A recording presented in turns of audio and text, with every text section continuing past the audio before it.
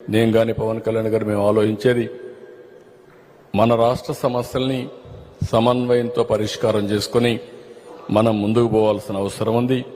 దానికి కూడా కేంద్రంతో అయితే చాలా వరకు మన బడ్జెట్లో పెట్టారు. విభజన చట్టంలో ఉండే హామీలన్నీ నెరవేర్చడానికి ముందుకు వచ్చారు. చాలా వరకు చేస్తున్నారు.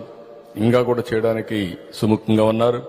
తెలంగాణ ప్రభుత్వం కూడా మాట్లాడి ఎన్ని సమస్యలు వీలైతే అన్ని సమస్యల పరిష్కారం చేసుకొని ముందుకు పోవాలని పోతున్నాం. కడాన తిరుమల లడ్డు కూడా నాసి రకం. నాకైతే ఆశ్చర్యం వేస్తుంది. ఎన్ని కంప్లైంట్ చేసినా కడాన వెంకటేశ్వర స్వామి పవిత్రతను దెబ్బతీశారు. ఎన్నోసార్లు చెప్పాం.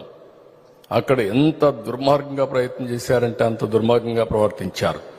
కడాన అన్న దానంలో క్వాలిటీ ఆఫ్ ఫుడ్ లేకుండా చేశారు. దేవుని దగ్గర పెట్టే ప్రసాదం అపవిత్రం చేసే విధంగా ఓసారి బాధేస్తుంది. నాసి రకమైన ఇంగ్రీడియంట్సే కాకుండా ఎనిమల్ ఫ్యాట్ కూడా వాడారని, ఏది గీకు బదులు. ఈరోజు స్వచ్ఛమైన గీ తెమన్నాం, ప్రక్షాళన చేయమన్నాం. నాణ్యత పెరిగింది. ఇంకా కూడా నాణ్యత పెంచుతాం.